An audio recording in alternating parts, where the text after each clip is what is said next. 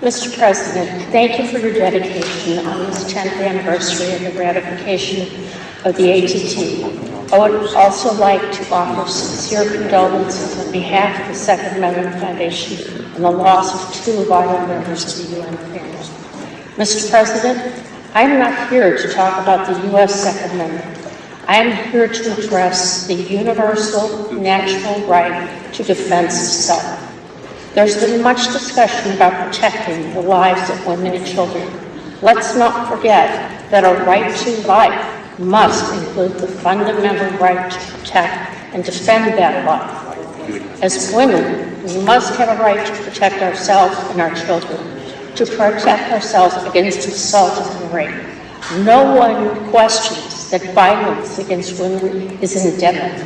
Without a means of defense and protection of self, there is no equality against gender-based violence.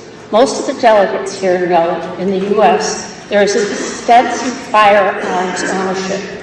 What you may not know is that today almost half of the handguns in the U.S. are owned by women. They are used daily for self-protection. As the number of women carrying firearms for self-protection has increased, violent crime has decreased. According to the Trace investigating gun violence in the U.S., the increase in gun ownership by women has translated to a 12.3% drop in gun violence. Eleanor Roosevelt was a staunch supporter of the United Nations and the first U.S. ambassador to the organization.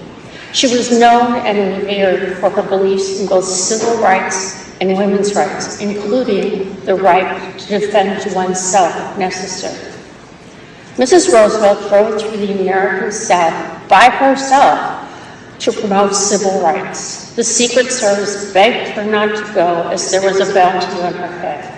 She went anyway without Secret Service protection, but on the seat of her car was her .38 caliber revolver. We can learn from Mrs. Roosevelt. No one supported the UN more than she did, and at the same time, she insisted on her right as a woman and a person to have the means to defend herself.